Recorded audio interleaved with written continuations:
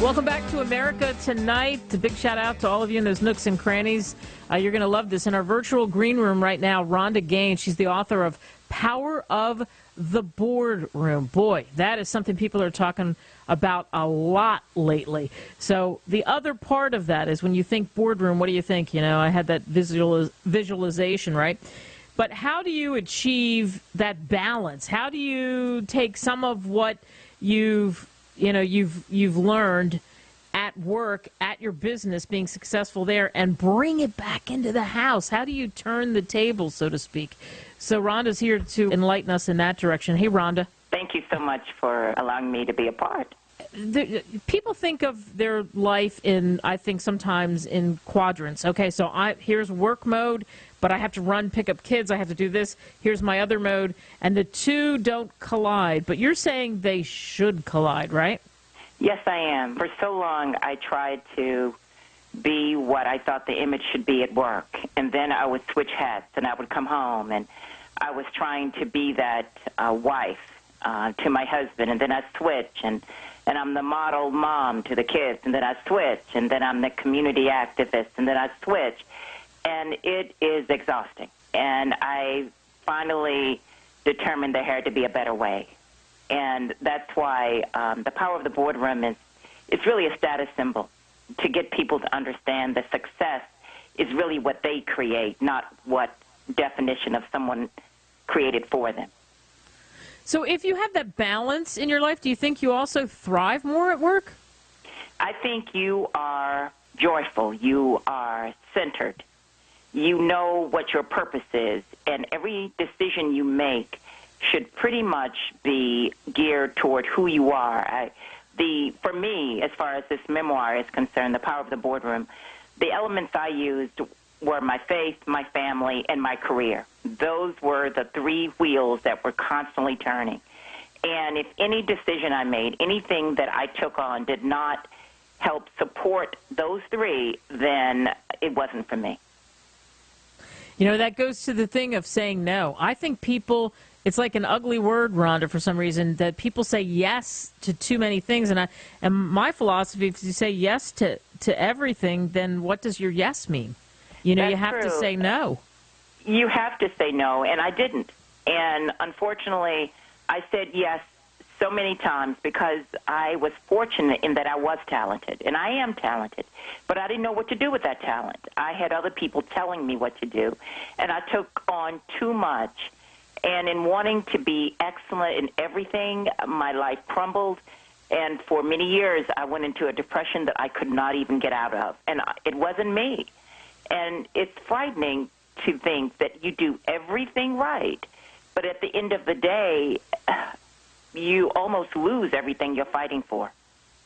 Wow, that's powerful. So you come out of that and you've turned it around. So how do you turn it around? Because I guarantee, Rhonda, they might not be telling people, but there are a lot of people listening to us right now that are going through what you went through, and they hit that bottoming point and things crumble. Well, first of all, you really have to look at your beliefs. And in our country, we tend not to really understand what we believe. I look within myself, and I constantly say, if I'm not true to myself and to my faith that really drives everything that I do and who I am, then how can I expect others to respect me and understand who I am myself?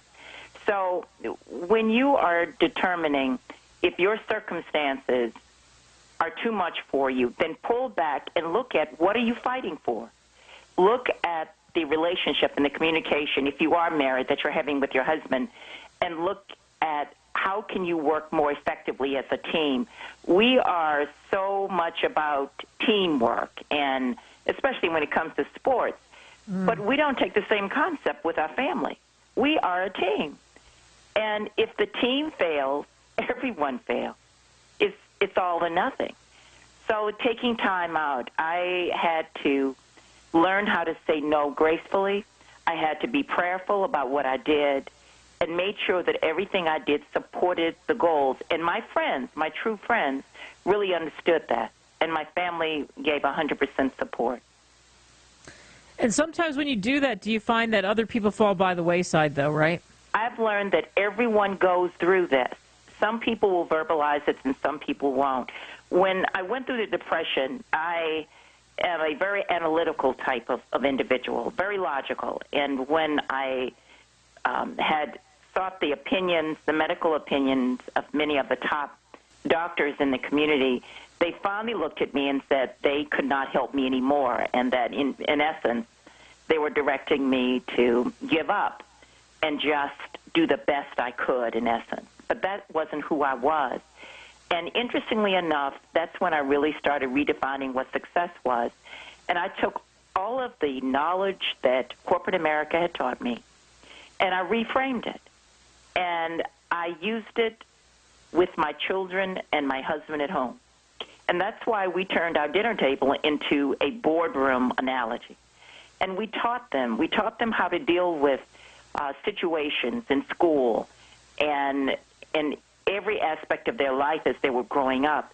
Many of the children today cannot learn the art of respecting because they're not taught how to respect. And we had to teach them all of the basic elements that we hold so dear. We had to teach. And I turned my situation around in that I started giving to my children instead of giving to myself during a time that normally that's not Rhonda. I wouldn't have done it that way. Wow. So with the reactions with the kids, I imagine it was amazingly positive. What did you find? Interestingly enough, now my children are highly successful. And I wish I could say it was all about what my husband and I did. But it was all about what we finally realized. We helped them to apply their faith in their daily situations. So when they were faced at bullying at school, when they were faced with situations where they thought it was not, quote, unquote, fair, we helped them to think differently. And we came together as a family. When the children walked into that home had to be a safe zone. That home had to be a safe zone that they knew they could be affirmed. They knew they could be loved. They could not only feel it, but they could see my husband and I demonstrating it to each other. I had to show respect to my husband and learn it all over again because in my eyes, he wasn't the man that I anticipated or thought he should be in order for me to achieve the success that I wanted within my career even. But I had to redefine and look at what I considered important. And by doing that, the children learned to even respect us even more. And the love, the nurturing, the confidence, it's amazing. They're doing much better than my husband and I did at their ages, I assure you. Wow, that is some potent stuff. So especially the affirmation. People don't affirm anymore, do they? No, they don't. And it's not that people are mean-spirited. They're not. When we get into I call it our zone, when we get to work, we have so many hours a day to give our very, very, very best to our job.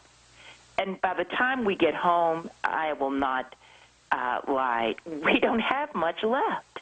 We're giving our family the leftovers, and we're giving corporate America the best. And granted, I love making money like anyone else. Who wouldn't? That's part of our right.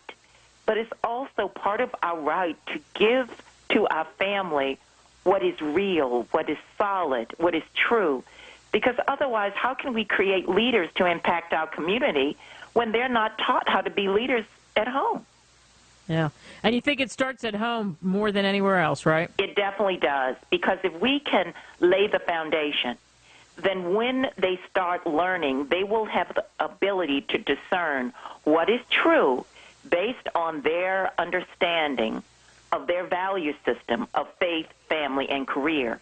They understand what is real and what's not. When I was a child, believe it or not, I loved to watch TV because that was my outlet, if you will.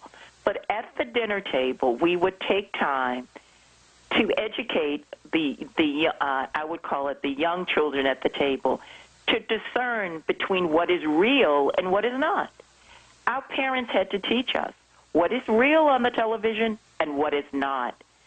so that we would have an understanding. Just because we saw something or heard something, that does not mean that it's real or it comes out of our mouth. Perfect place to end this. What an enlightening conversation. I really enjoyed it. Rhonda Gaines, the book is called Power of the Boardroom. Somebody wants to get it, Rhonda, how do they pick up your book? Please go to our website, rbgbusinesssolutions.com, and you go to the book under the menu. You can order the book online, and it will soon be available this week with Amazon and Barnes & Noble. Excellent. Rhonda, thanks, and good luck with the book. Thank you so much. Have a Thanks. great day. You too. Bye-bye.